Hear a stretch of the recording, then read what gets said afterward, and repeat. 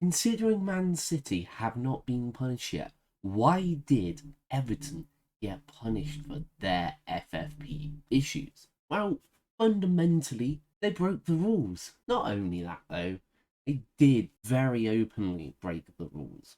They submitted every document that the Premier League requested, hoping that they were going to get off with a lighter sentence.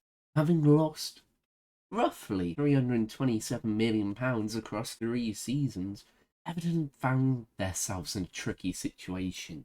Reckless spending on players and their wages that just turned around and left on a free, and the production from those players that stayed just did not match what they needed on the pitch, dragging themselves further down the table. That performance on the pitch really does just sum up what has happened at Everton in the last 10 years. Although a portion of Everton fans would argue that they were unfairly punished for their breaches, a portion of Everton fans argue that the Premier League are against them as they got charged but Manchester City didn't. Still, if you think about the logistics of 115 charges compared to only Everton's one, it starts to make sense why Everton got charged instead of Man City. Another team that got punished from England on FFP ruling was Manchester United. Now, they got punished by UEFA, not the Premier League, but it just comes to show that this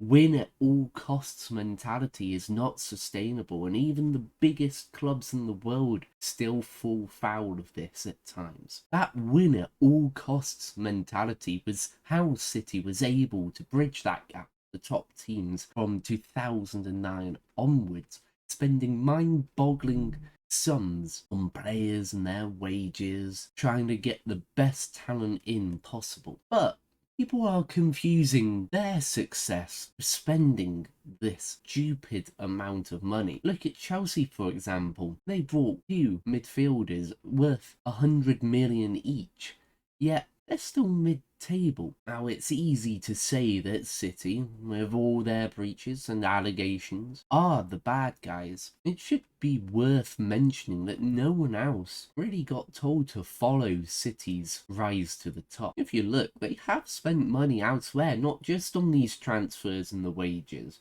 They put infrastructure in. They have multiple clubs under the CFG banner. And that's how Chelsea are trying to exploit the loopholes as well. You know, they found that exploit how they can spread the transfer cost over the multiple years of a contract. However, Manchester City, at the end of the day, will be punished. It's just a matter of jumping through legal systems and then finding out which breaches City will be punished for. As we all know, the 115 charges are effectively just throwing spaghetti at a wall and seeing what sticks. That's why Everton being the first to punish sets the precedent and was a good thing, because it means that clubs are going to be punished for spending all this money, and it sets that deterrent in the future of other clubs following suit, just spending money recklessly, unlike Brighton, who have become